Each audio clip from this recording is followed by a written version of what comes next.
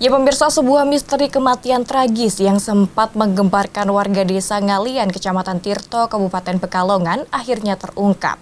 Slamet Rianto alias Rian, pemuda yang ditemukan tak bernyawa di halaman rukonya dipastikan meninggal akibat kecelakaan. Misteri kematian tragis seorang pemuda bernama Slamet Rianto alias Rian, warga desa Ngalian, Kecamatan Tirto, Kabupaten Pekalongan, akhirnya terungkap. Setelah serangkaian penyidikan intensif, kepolisian dari Polres Pekalongan Kota memastikan bahwa kematian Rian adalah akibat kecelakaan. Kasat Reskrim Polres Pekalongan Kota, AKP Yoyo Agus Waluyo, mengonfirmasi bahwa penyidikan terhadap kasus ini telah selesai. Berdasarkan hasil penyelidikan, penyebab kematian Rian murni kecelakaan tanpa ada unsur pidana yang menyertainya. Kejadian ini bermula pada Sabtu dini hari ketika Rian bersama 5 orang rekannya tengah berpesta miras yang dicampur dengan obat-obatan di wilayah Petukangan Wiradesa. Setelah beberapa saat, Rian dan salah satu temannya, Muhammad Zaini alias Banyak, memutuskan untuk pulang.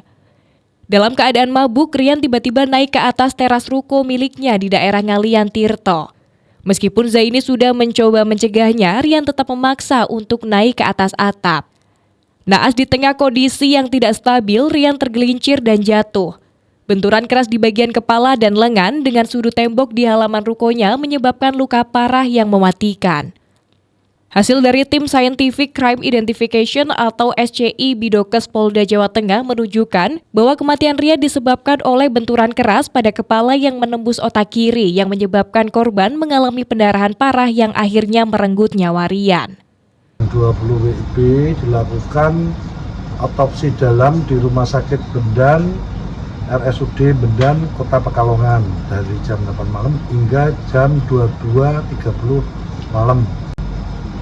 Setelah itu kami melaksanakan gelar di ruang RJ Satreskrim Polres Pekalongan Kota.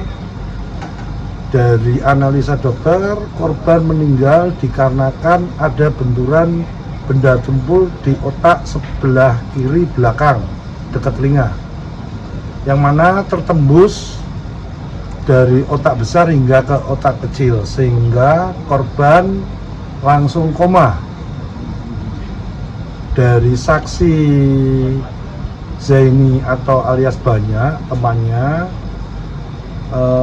korban jatuh dari ketinggian di depan ruko milik korban, ruko toko bangunan, sekitar setengah 5 pagi.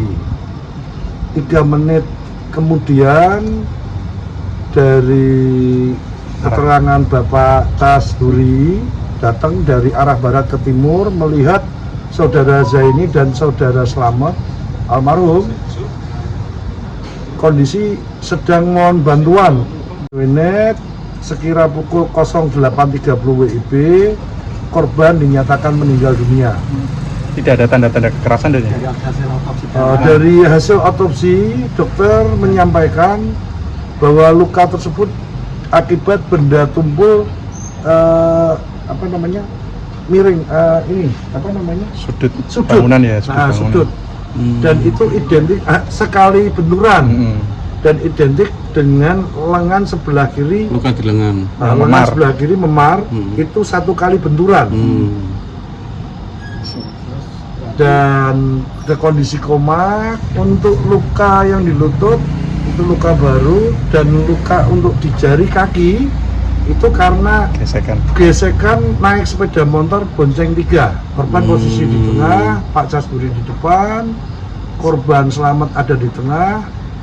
Zaini. Terus Pak Zaini ada di belakang memegangi korban. Zaini, saksi utama dalam kejadian ini, mengaku saat itu merasa panik dan berusaha meminta pertolongan.